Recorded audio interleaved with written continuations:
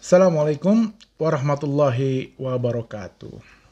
Bismillahirrahmanirrahim. Wabihi nasta'in ala umuri dunya waddin. Wassalatu wassalamu ala rasulillah wa ala alihi wa sahbihi ajmain. Amma ba'd.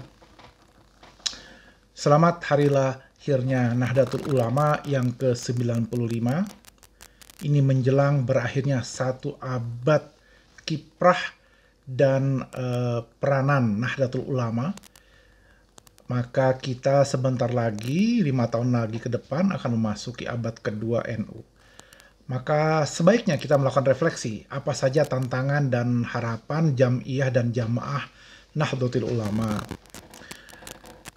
Untuk awal-awalnya, ini saya teringat hadis Sahih Bukhari yang juga tercantum dalam kitab Risalah Ahlussunnah wal Jamaahnya Hadratus Syekh Hasyim Asy'ari, di mana dalam hadis riwayat sahih ini disebutkan bahwa Allah tidak akan mencabut ilmu yang telah diberikan begitu saja, tapi Allah mencabut ilmu dengan mewafatkan para ulama.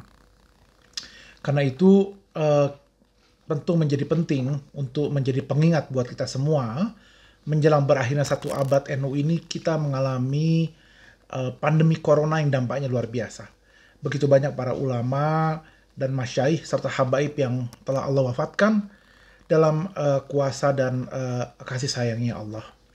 Kita jadi bertanya-tanya bagaimana dengan nasib kita ini para santri ketika keilmuan keislaman sepeninggalnya para ulama di penghujung 100 tahun berdirinya NU ini. Apakah NU akan mampu bersiap menghadapi abad keduanya ketika para kiai sepuh yang paham betul apa dan bagaimana NU ternyata telah Allah wafatkan melalui wabah pandemi corona ini.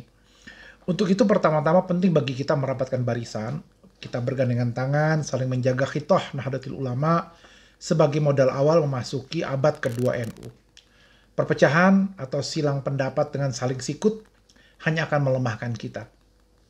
Di tubuh NU itu biasa kok kita berbeda pendapat dengan sehat.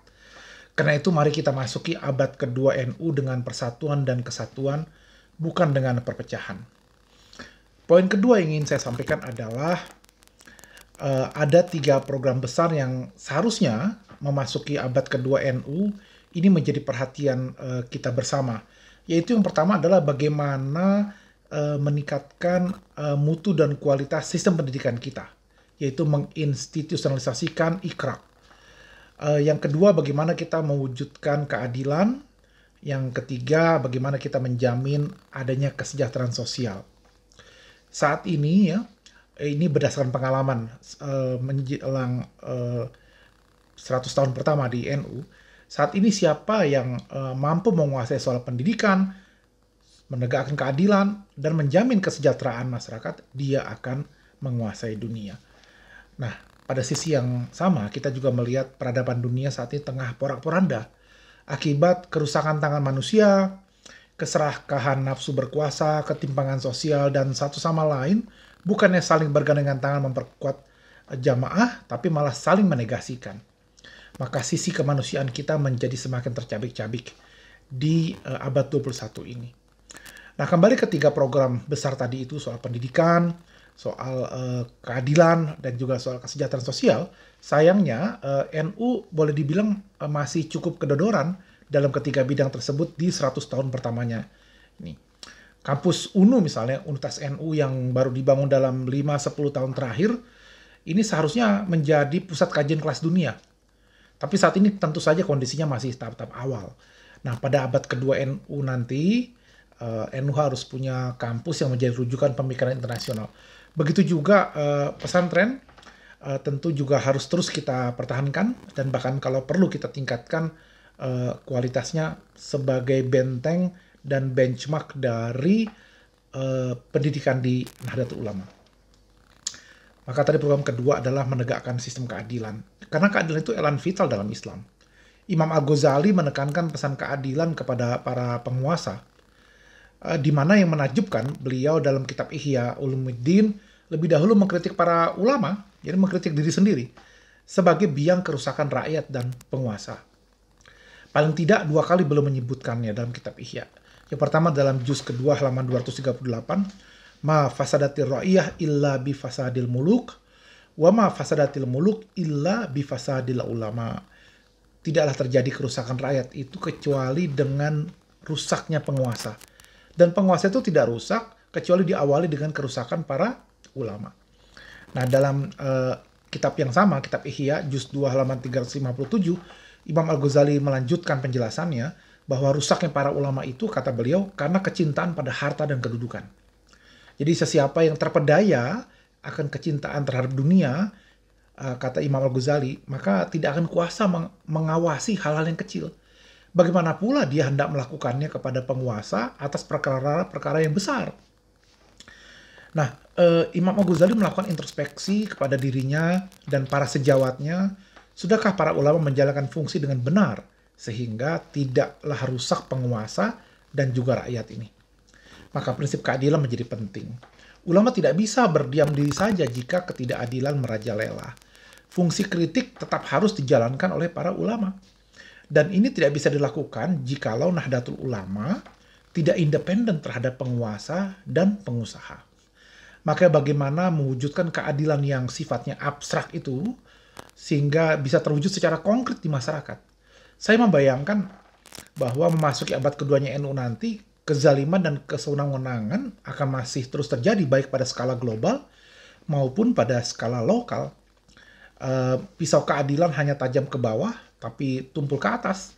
Dalam tataran global misalnya juga double standard para negara superpower juga masih akan terus berjalan dalam 5 tahun 10 tahun ke depan, di mana Gus Dur sebetulnya sudah mengingatkan kita semua, Allahyarham Gus Dur, bahwa kata beliau perdamaian tanpa keadilan itu hanyalah sebuah ilusi.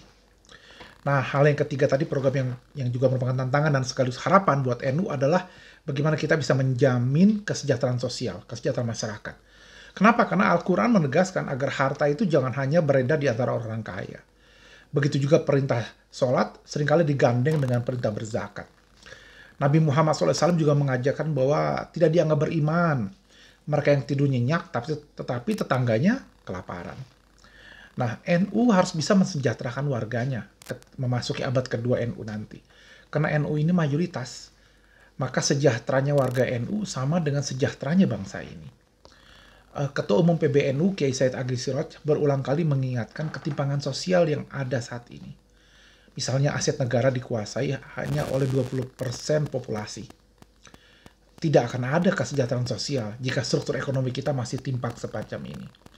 Bahkan jauh-jauh sebelumnya dalam salah satu tulisannya, Gus Dur Allahyarham juga menolak teori pembangunan sekuler yang hanya menjadikan ukuran kemakmuran secara kuantitatif belaka. Ukuran seperti penghasilan nasional, capaian umur rata-rata, kepemilikan, rata-rata perorangan. Begitu juga ukuran kemewahan seperti mobil, rumah, telepon, dan lainnya. Gus Dur menghendaki spirit bangsa ini yang tercantum dalam pembukaan Undang-Undang Dasar 1945 juga menjadi ukuran. Bukan untuk dibenturkan, tetapi justru dipakai untuk melengkapi ukuran kualitatif yang ada. Sehingga pembangunan bangsa kita secara menyeluruh tidak hanya bersifat materi, tapi juga bersifat spiritual. Maka Gus Dur menginginkan spirit Islam itu mewujud dalam bentuk keadilan, hak asasi manusia, dan kemakmuran kolektif. Itu sebabnya Gus Dur juga mengkritik orientasi pembangunan nasional yang terlalu elitis, mengabaikan ukuran-ukuran seperti kesejahteraan bersama, keadilan sosial, penegakan hukum, dan pelaksanaan hak asasi manusia.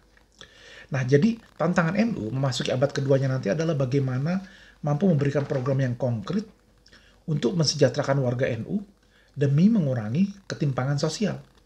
Sehingga kita nanti bisa bersama-sama memasuki era kemakmuran kolektif. Bukan hanya kemakmuran yang hanya dikuasai oleh segelintir orang. Ini 3 tantangan dan sekaligus harapan NU memasuki abad keduanya nanti.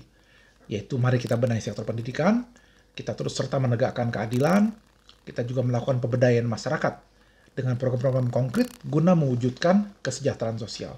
Saat ini yang kita lihat, justru bukannya kita sibuk membicarakan ketiga persoalan dasar tadi, kita malah saling membenturkan atau saling dibenturkan terhadap 2 tema penting yang sebetulnya bisa berjalan beriringan, yaitu agama dan kebangsaan.